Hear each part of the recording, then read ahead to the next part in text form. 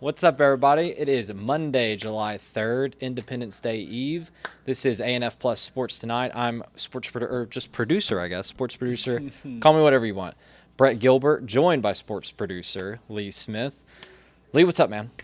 Not a whole lot. Got a little bit of a lull right now in the sports world, but we You're still not got, kidding. we still got a little bit going on, though. I know we're trying to pick out some topics tonight, and there's still stuff going on. Obviously, you got baseball All-Star break. It was a little tough, though. It was a little tough. Yeah, you got NBA free agency, but yeah, there's less happening in the sports world right now. It's kind of a down time to be a sports fan, but not if you're a Braves fan, because that's what we got up first tonight. That's what's on deck.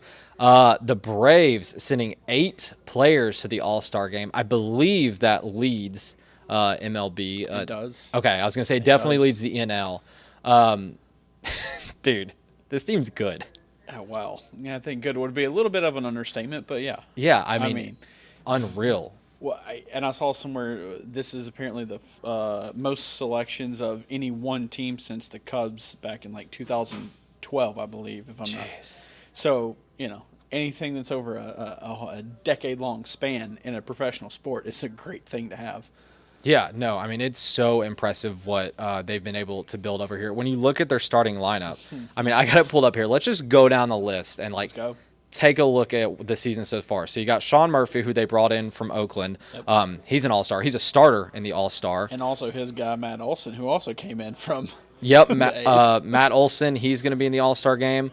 Ozzie Albies, he's going to be in the All-Star game.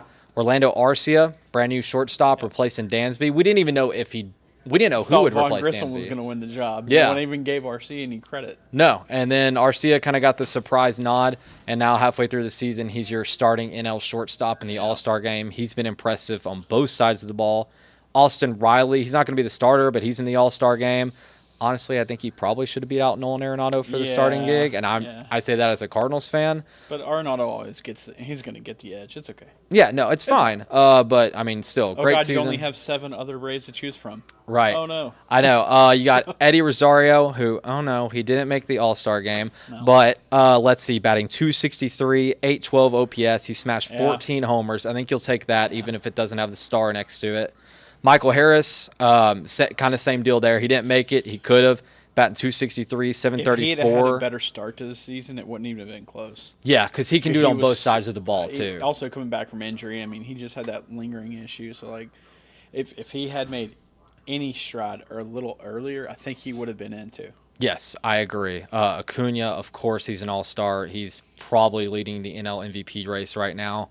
And then Ozuna, who Braves fans were screaming to cut bait and run early into the season. Think of what you want about him off the field, but right now, 16 home runs, 251, batting .251, has an .820 OPS.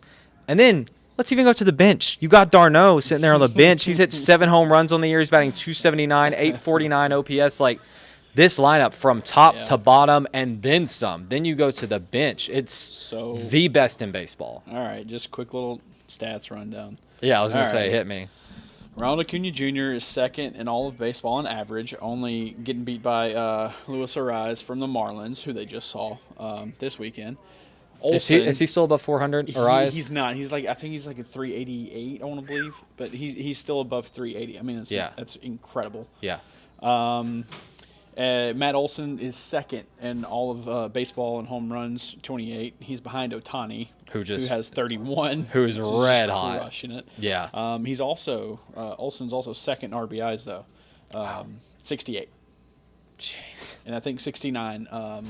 Nice. 69's a leader. So one behind him, and then Spencer Strider has 10 wins, which is tied for second most in all of baseball. I was gonna say we spent so much time on the lineup, we didn't even get to the pitchers. So Spencer Strider is an all-star, and he and Bryce Elder, which by the way, Bryce is going to his first one. Yeah. He's only been active in the majors for 2 years now, so this is his second year. So he's actually second in all of baseball, Brett, with a 2.44 ERA. That's good. That's really good. 2.44. It's insane. Yeah, this team is. And by the way, 2.43 is your leader. So he's only .01 behind. Yes. Sorry, 100th. Not even a 10th. Who's he's 100th off. Who's the leader? Crazy. Oh God, Cubs pitcher. Stroman. No. Bullpen. It was surprise. It was a surprise guy. No, I got it. I didn't know who it was, so he got me. But still, the fact that yours, I don't know. He's not technically a rookie, but it's kind of still to me his. Oh, rookie Justin year. Steele. Yes.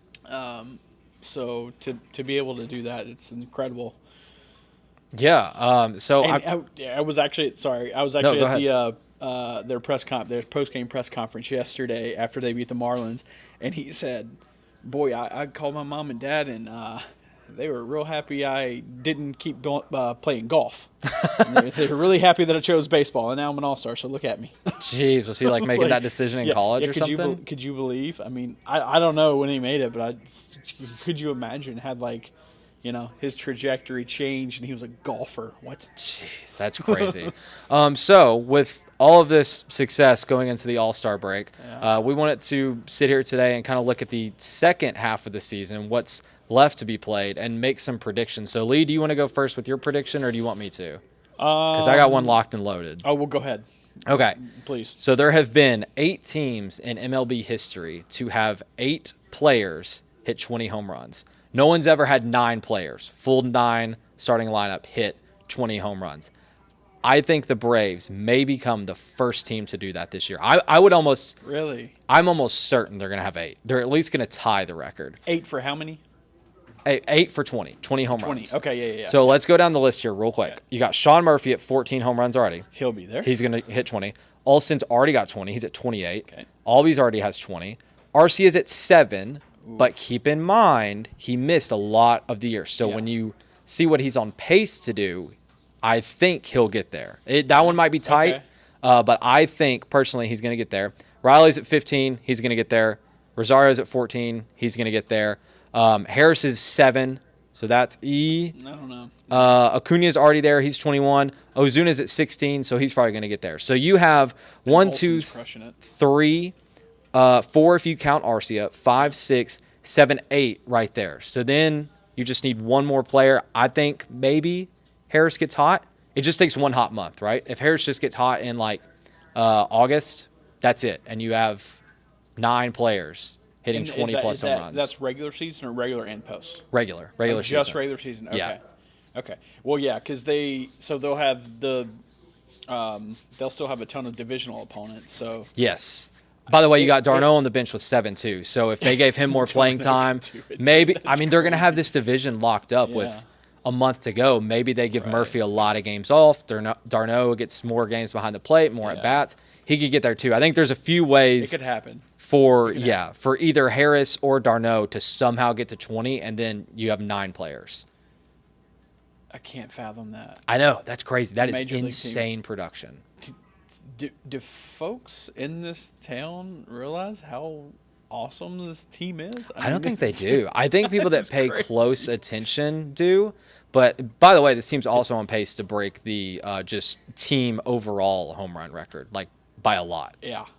But there's really no weakness 1 to 9. There's no weakness. No. Because you come down to 9 and you think, oh, last hitter in the lineup, Michael Harris. Right. What? Who, by the way, even if you don't have to worry about him just at the plate, once he gets on base, he can also hurt you. Yeah, well, he and Acuna going back-to-back from 9 and 1, they could both steal at any point. Yeah, and then you have Ozzy too. I mean, they got the right mix of power, speed. They got the righties, the lefties. I mean, they've got it all. Honestly, this is for years. The Dodgers were viewed as this just perennial superpower, well-constructed roster from top to bottom, and a lot of that was because they bought players, right? They brought in Mookie Betts. They brought in. I mean, they brought in a lot of guys. They brought in Freddie. They brought in Trey Turner. Smith. Yeah, Justin Turner. I mean, The Braves have quickly turned into that team, and it's almost all homegrown.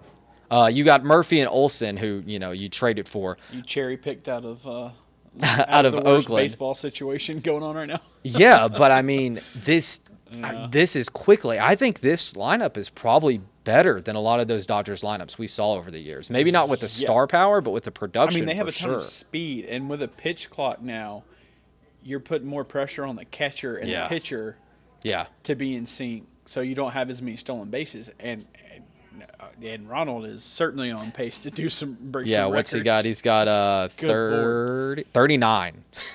39. He's probably going to hit 40.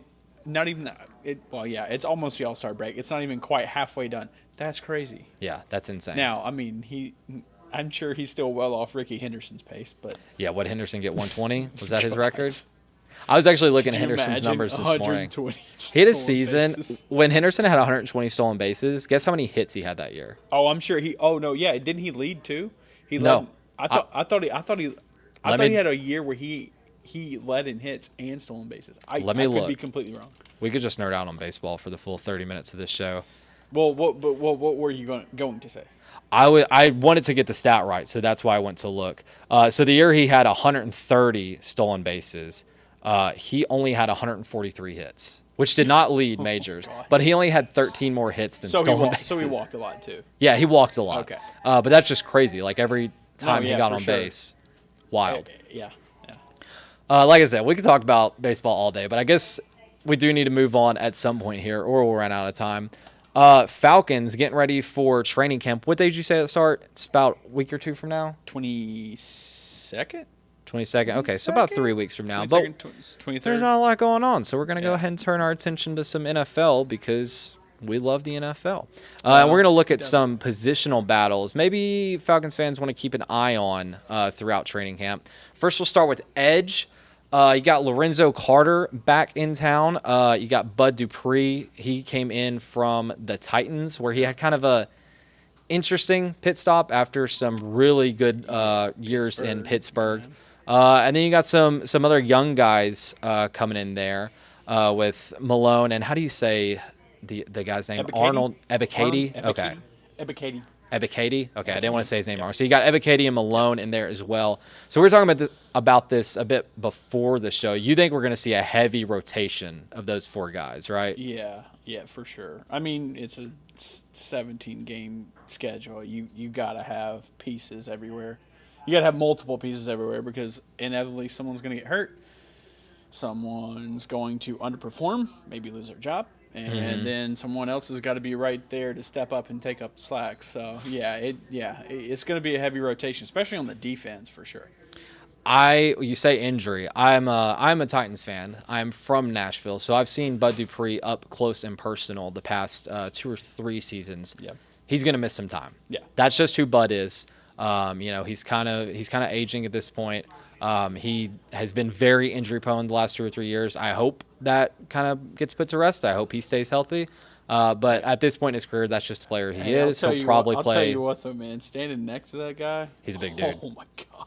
He's a big dude. Massive. Yeah. Just cut, too. Built like a tank. Yeah, not just the old defensive end, like, big guy. He's cut big guy. Yeah. Oh, yeah. He's a monster. And something else interesting that I think Falcons fans will kind of get to see this year, he got a lot of flack in Nashville, especially from like box score watchers, because he really doesn't put up the best numbers. Right. He reminds me kind of he reminds me a bit of Jadeveon Clowney, where he's not always putting up like these great sack numbers, but when you watch the game, he's always in the run hole, he's always filling gaps, and he is always in the backfield at least affecting the play. So not necessarily the Jadeveon Clowney we knew at South Carolina. No. Okay. More of the Jadeveon Clowney we've seen, in Cleveland post Houston. That's the kind of guy he is. When you could go back and look at the Titans' defensive metrics from the last 2 or 3 years, and when Dupree is on the field and when Dupree is off the field, it is a different team. That front four, that front seven were so much more effective when Dupree played, and I think you're going to see a very similar thing here at Atlanta, especially because he has some of the same coaches that he had for some of his time here in Nashville, so they know how to handle him. Who? Now, remind me, you being a Titans fan, who was did they have a standout defensive tackle too? I want to say, or like an Jeffrey underrated? Simmons. Jeff Simmons, that's right. Yeah. So I was going to say Jarrell Casey, but he was a little bit before, right? I think Casey was gone when Dupree got here. I think they just missed Jeffrey each other. Simmons, Yeah. I think he's also from Mississippi State. Yes, he is. Yeah. Simmons is, yes. It's crazy. Bud Dupree's from Kentucky, and then you got Lorenzo Carter from Georgia. Then you got Jefferson. SEC. All right. I was gonna say it's almost like SEC puts out good talent. Oh, crazy! Never heard that one before. I know. Does it mean more? No, So he's got a track record of playing against or playing with other really good players. Because when he was in Pittsburgh, he also had Cam Hayward, who is an absolute beast, and Watt on the other side of the line. Sorry, JT Watt, or TJ Watt. Yeah. Yeah. So I mean, he should be a nice piece to fit in. I mean, for sure. Yeah. I mean, any time you can add a veteran like that, it can't really hurt. No. Some guy who's got playoff experience, and a lot of these youngsters are going to need to have somebody to lean on during the season because it's going to be a long season. Yeah, no, for sure. He's going to bring that experience, definitely.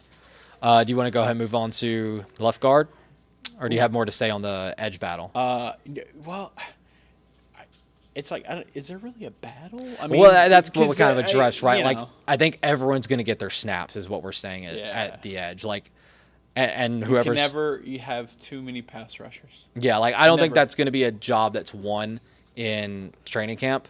That's going to be a job that just throughout the season, the more productive guys are going to end up getting more snaps towards the later half, or just the guys that stay healthy. Yep.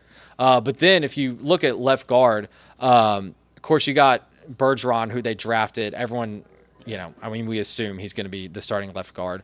But Matt Hennessy got first-team reps in off-season training activities. So do you buy into that at all? Do you think there's actually competition there? Do you think that Hennessy could see some starting reps on the line? Yeah, I think there's going to be a competition for sure. I mean, Hennessy at this point is pretty much a veteran. I mean, compared to somebody who just got drafted and has never played a snap. Right. So, there will be I think there will be a slight battle. I don't know if he's going to start, if Bergeron will start game one, but I definitely think he'll at some point start taking over. Yeah. So you think week one it'll be Hennessy?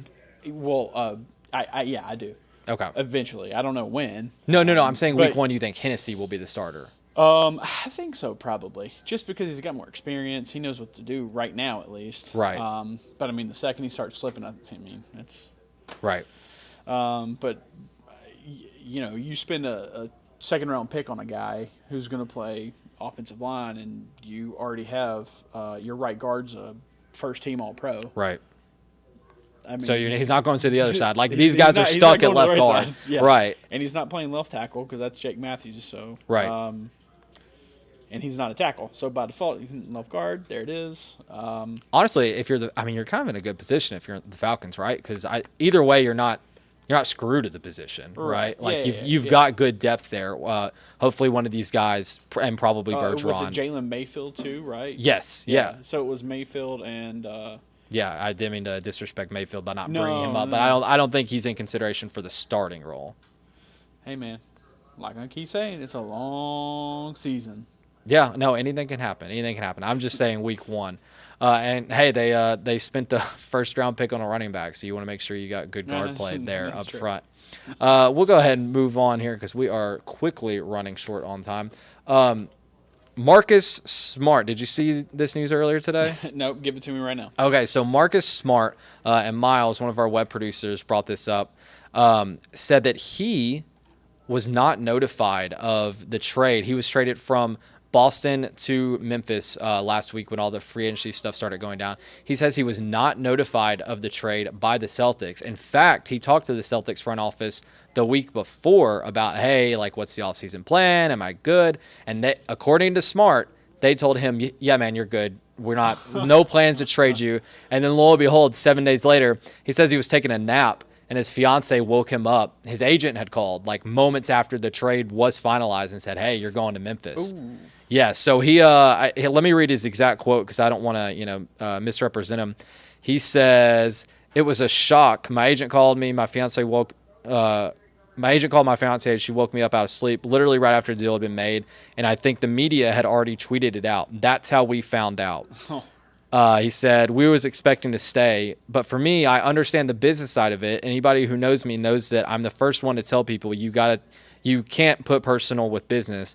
It just doesn't mix. And if you do, you're going to get hurt. I understand it's a business. For me, it's just the courtesy. So, I mean, this is a guy to understand. I could get traded. Could you imagine just falling asleep on the couch one day and you've been in the Eastern Conference Finals and the finals the last 2 years, and then boom, you get traded to Memphis? Right? Hey, he's in a good position, right? But yeah, it's a very different city. I've been to Memphis. I think I'd probably rather be in Boston right now. Yeah. That's just my opinion. No, sure. There's a few problems there with Ja. We don't know exactly how that's going to go. Is he supposed to come in and help mentor Ja? Like, is that the thinking? They just want like a solid point guard who's going to be able to defend you? I mean, like what? Well, I mean, he feels he's a good player. I'm telling you, he's a good player. No, he's gonna make that lineup better. Memphis lost Dylan Brooks, so now they're going to plug Marcus Smart in, and that defense is going to get even better, and the offense is going to get better. I mean, it's kind of an upgrade on both sides of the ball. You have the 2 last defensive players of the year playing on the same team with him and Jaren Jackson. But just do you blame the Celtics here? Because it sounds like he was notified very quickly still, but the media had already found out. Like maybe media found out quick. Are the Celtics supposed to know when the dude's asleep? Right. So that's what I'm saying. Do you blame the Celtics here? Not really. It's professional sports. Anything can happen. Do you think that they knowingly lied to him a week before, though? Do you think they really didn't think they would trade him? Yeah, that's not cool. I mean, no matter how you get notified, it's not. I mean, obviously, that's not the way you want it to go down. But like, the fact is, like, anything could happen at any point in a pro league. So, I don't know. That's kind of shady, though. Yeah, no, I mean, I do blame the Celtics. It happens all the time, though. It happens all the time. It does, but I don't know if that's an excuse. Yeah. No, I don't. I mean, and personally, there's no way that just makes it easier. I mean, I'm sure, like, no matter what, like, it's hard to hear that. Yeah. You've been with a team for that 6, amount of time, 7 years now. Been pretty dang good the whole time. Yeah. Yeah. Well, I do blame the Celtics a little bit because I don't believe that they really had no plans, and then all of a sudden Memphis called and they're like, wow, that was a great deal. Like, we weren't expecting that. Yeah. We all knew the Celtics were going into this offseason probably wanting to make changes. Everyone thinks that Jalen's probably on the move.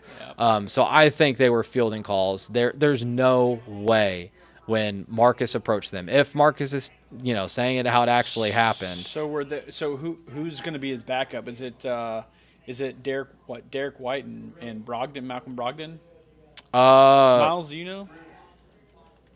Miles is saying no. I think it's if Fred was here, he would know. It's going to be like a combo of like Derek White and Malcolm Brogdon. Yeah, which they were actually pretty good too. And the Celtics probably aren't done making moves. But yeah, just another. I feel like we are. You're right. We're hearing that more and more of players saying they were kind of blindsided or alerted by the media before they were told by whatever happened their agent to like or their an old-fashioned team. Like, hey, I'm just going to give you a common courtesy. I'm going to talk to you, like ahead of time or crazy in person. Right. Yeah. No, I agree. I mean, you watch Hard Knocks. If you've ever seen Hard Knocks, you know how like crazy that whole letting go process is. Like it. Yeah, 1 second it's personal. You're on the field and you're kicking some tail, and then boom, oh sorry. Right, but yeah, brought in somebody else. And on there, they always have the face-to-face conversation. I think part of this too is probably just the way agents have relationships with guys like Shams and Woj and in the NFL guys like Schefter. I think news is getting out so much quicker now that teams sometimes may really not have a chance. Maybe a trade does come together quicker than they thought it would. They're like, we don't want to wait on this. We need to pull the trigger. I get it. I'm just playing devil's advocate. I'm just saying I think that is has multiple phones. I'm just saying can get that player's yes, number. I agree. I just think there are a few other factors here. I'm playing a little bit of devil's advocate. Yeah, for sure. Yeah. I would like to believe that the Celtics were just like, oh, we're not going to give him a call. You got a nice little background. Now you're on a beach somewhere. Oh, cool. Well, that's nice. And I don't have a way to fix this. Hey, Ellie, can we get this changed to something that's not a beach behind me? We're a little closer to the 4th of July. Yeah, that's a little celebration. I mean, it does feel nice. It looks nice, too. Festive. We'll move on to some more basketball here. Rhyne Howard for Atlanta's WNBA team, the Dream, went off the other night. Let's pull up her stat line. She had 43 points against LA. Shot 70% from the field, 50% from three. Just went off. You actually sent me the stat line. I had missed it. Crazy game from her. What were you wanting to say about? This is like an all-timer performance. It Yeah. happened yesterday in Atlanta. Right. Also, the same day that the Braves dominated and everyone got named to the All-Star roster. And Atlanta United won too, by the way. So yesterday was a really good day for Atlanta for the sports scene. Yeah, a lot of points being put up in Atlanta. So yeah, 43 points. That's one shy of the franchise record. Dang. 14 of 22 shooting, 9 of 12 from the field. She hit 6 3-pointers. That is efficient. 25 first half points, which is the most in the NBA this year in any one half. Jeez. And only the 5th 40-point game in the whole league this year. Dang. It's crazy. I mean, she's hit them from everywhere. Inside, out, layups, jump shots, all of it. That everywhere. Is dominant. Everywhere. I was gonna say I'm not super familiar with Rhyne. I don't watch a lot of WNBA. I should probably. Dude, I'm telling you. I was gonna say I should probably start. But it's a party. It's a party. I think the arena seats like 6,500, maybe 7,000 people. So it's like intimate. But I thought it was fun. Yeah, no. Yeah, I had a blast. No, I'm sure it is fun. I'm saying I think smaller arenas work for. You never want to have like a smaller crowd in a massive arena because it makes that small crowd look small. But if you have a smaller, I'm putting smaller in air quotes because it's all relative, in a small arena, then all of a sudden like it amps up the energy. Like this place is full. The acoustics are better. I mean, it's kind of what the MLS tries to do in a lot of places other than Atlanta, where they have these smaller soccer-specific stadiums that may only seat 15,000, 20,000. Yeah. But when those things are full, it's really no different, maybe better in some places than like an NFL environment where you have 60,000, 70,000 because it is full. It's a different atmosphere. So what I guess I need to get over to a dream game this year is what you're telling me. Yes, for sure. There's still plenty to go. So you're good. Yeah, no, I'll find my way to one of them. Lee, before we go tonight, what's on your mind? Atlanta United striker Yorgos Yakimakis went down with an ACL injury yesterday during the match. Ooh. Yeah. So I guess we're just waiting on a diagnosis. We don't know how bad it is. So he was the team's leader in goals, and he was also one of 2 All-Stars named to one of 2 Atlanta United players named as an All-Star, with Thiago Almada as the other one. So hopefully he gets back soon. Big loss over there. Yeah. Quickly, we got about 45 seconds. What's on my mind? Nathan's hot dog eating contest. It's in the morning. I will defend it with my life. I was fighting with everyone in this newsroom earlier. Everyone's saying it's disgusting. I think you're it's by yourself there, hard to watch. It is an American tradition. It is just as beautiful as college football. Should be, but sure. It has pageantry. It has tradition. It has just great. It's great TV.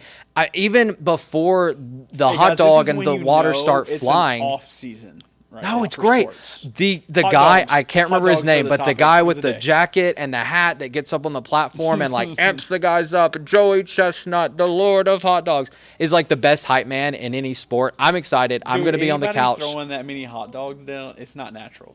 I'm not saying it's not. I'm not saying I could do it. I'm not saying it's not a little gross, but it is beautiful and it is fun to watch, and I will be watching it tomorrow, and so should you. That's all I have to say. Okay, well, I won't be doing that. Okay, well, I will, and you're missing out. All right. Have a good night, guys. See you tomorrow. See ya.